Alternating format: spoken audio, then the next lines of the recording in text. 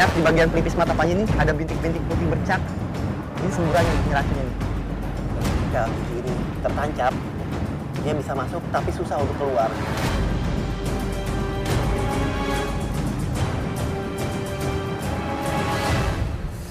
Coba Panji akan usaha coba untuk bisa menekan bagian atas ini. Lihat ini. Ini dia, ini racun hemotoksinya.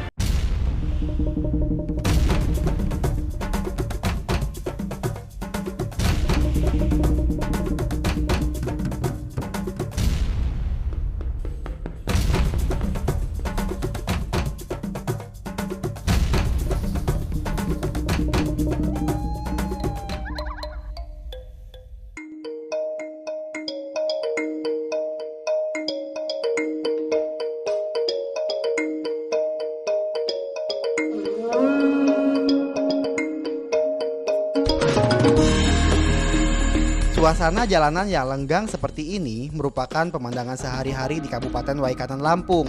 Selain jumlah kendaraan yang tidak terlalu banyak, penyebab lain lenggangnya jalan raya ini karena masyarakat di sini lebih cenderung menggunakan moda transportasi kereta api. Stasiun Blambangan Umpu menjadi salah satu stasiun yang berada di jalur kereta api yang menghubungkan kota Bandar Lampung dan Palembang. Selain juga menjadi pusat pasar tradisional, di tempat ini setiap pagi masyarakat menunggu kereta yang hanya melintas pagi dan malam saja. Perbedaan dengan di Jakarta, perjalanan menyusuri rel kereta api yang melintas di jalur Sumatera bagian selatan ini tak perlu khawatir, karena jarang sekali kereta yang lewat. Dalam sehari saja hanya ada 2 kereta penumpang dan 2 kereta barang yang lewat.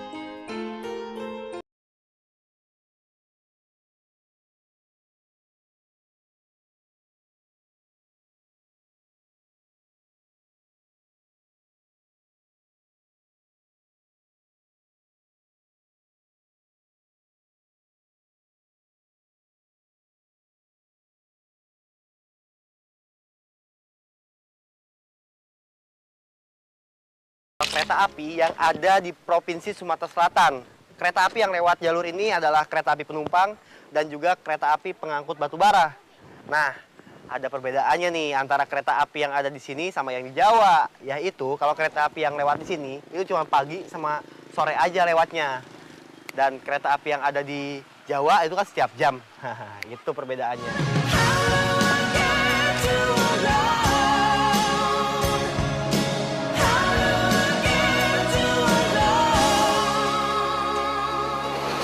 Sebagian besar daerah yang dilalui jalur rel kereta api di Sumatera bagian selatan merupakan areal hutan. Oleh karena itu, jika ingin melihat dan menikmati pemandangan alam dan lebatnya hutan di kawasan Waikanan, saya tinggal berjalan kaki menyusuri rel. Dan baru beberapa kilometer saja saya berjalan, sudah bisa melihat rimbunan pohon dan semak yang seakan menjadi pintu masuk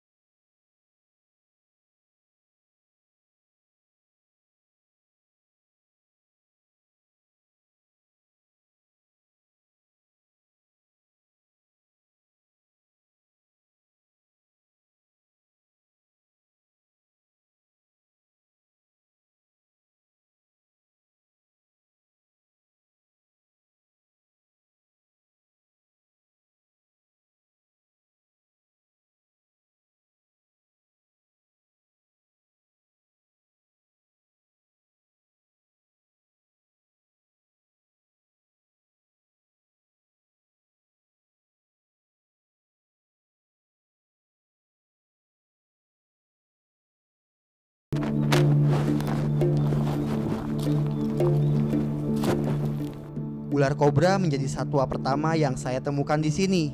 Di Pulau Sumatera sendiri sebenarnya ada beberapa jenis ular kobra, dan yang ada di depan saya ini adalah Najas putatrix endemik Sumatera.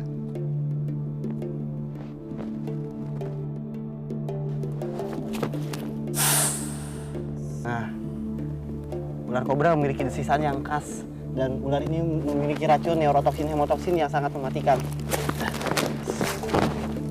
Ini Najas putatrix sama dengan naja yang ada di Jawa, hanya saja perbedaannya itu di corak warna. Nah, ciri khasnya sendiri itu adalah warna coklat dan bintik-bintik putih di badannya. Dan ular kobra yang ada di Sumatera, walaupun Najas putatrix itu akan lebih agresif dibandingkan kobra-kobra yang ada di Pulau Jawa atau di daerah lainnya. Ini adalah ular kobra pertama yang saya temukan di tanah Sumatera ini.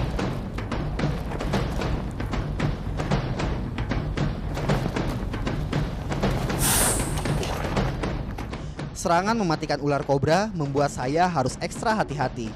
Beberapa kali saya harus menghindar dari serangan dan semburan racun bisanya. Karena jika sedikit saja terkena semburan bisanya di bagian mata atau kulit yang terluka, bisa fatal akibatnya. Nah, lihat nih. Lihat di bagian pelipis mata Panji nih ada bintik-bintik putih bercak. Ini semburan ini racunnya nih. Kelihatan nggak? Ada. Langsung. Hah? Barusan hampir aja ular ini meneteskan racunnya ke arah mata Panji.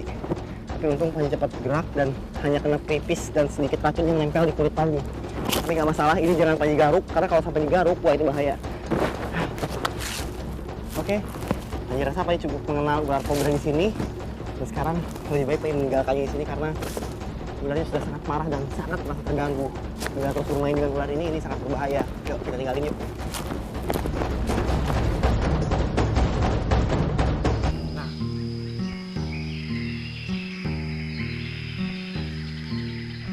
Menurut cerita masyarakat setempat, daerah ini dahulunya merupakan hutan lebat yang menjadi habitat segala jenis satwa.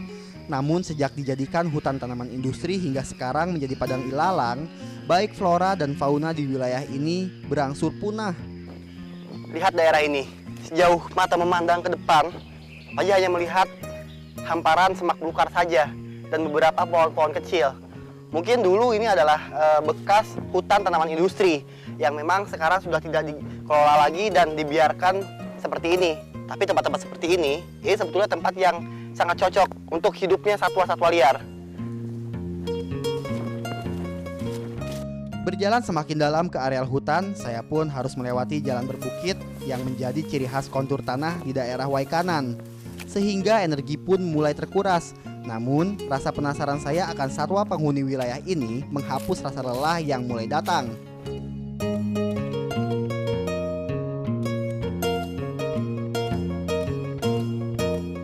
Hamparan hijau seperti ini hanya terlihat jika musim penghujan datang, karena kondisi vegetasi di sini sangat bergantung pada air hujan. Sehingga jika musim kemarau tiba, hamparan hijau yang luas akan hilang dan terlihat hanyalah ilalang berwarna coklat dan gersang.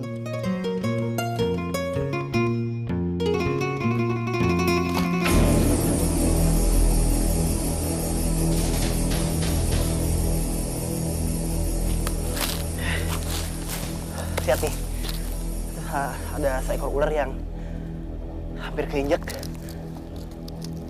Tumpukan potongan kayu ini menjadi tempat yang sangat sempurna bagi ular piton kurtus hitam untuk bersembunyi dan berkamuflase dari predator sekaligus mangsanya. Saya pun sempat terkecoh dengan keberadaan ular yang satu ini.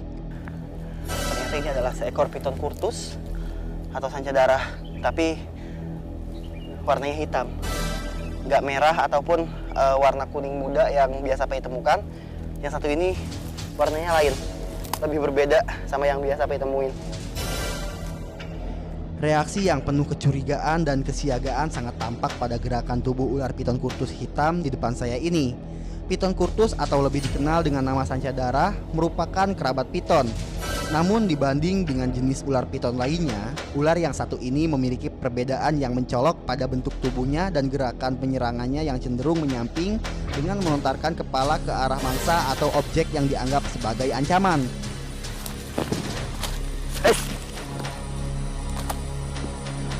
sebetulnya di Pulau Sumatera ini ada beberapa warna yang memang dipunyai ular dipong, seperti warna merah, warna hitam, lalu warna kuning, dan juga coklat.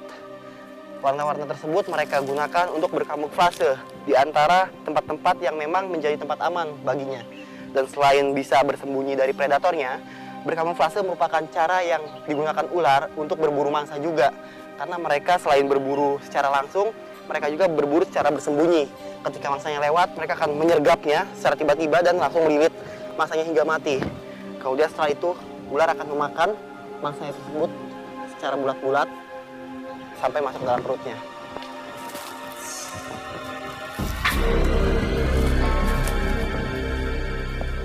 Tidak mudah untuk memegang ular piton kurtus dengan tangan kosong.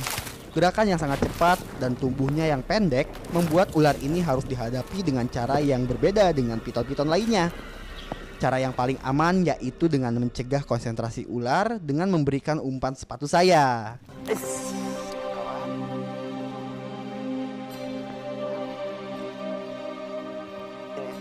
Cara yang saya pilih dengan memberikan pancingan atau umpan sepatu untuk memecah konsentrasi ular rupanya sangat efektif. Bagian kepala yang menjadi senjata utama piton kurtus harus terlebih dahulu diamankan, karena jika tidak akan sangat berbahaya.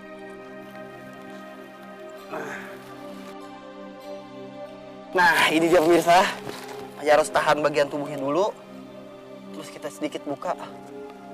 Nah, dan inilah gigi Anggipa, gigi kecil berbentuk kail pancing. Dan ketika gigi ini tertancap, dia bisa masuk tapi susah untuk keluar. Dan setelah ular ini narik giginya, otomatis luka robek akan kita derita kalau kena gigitan ular yang satu ini.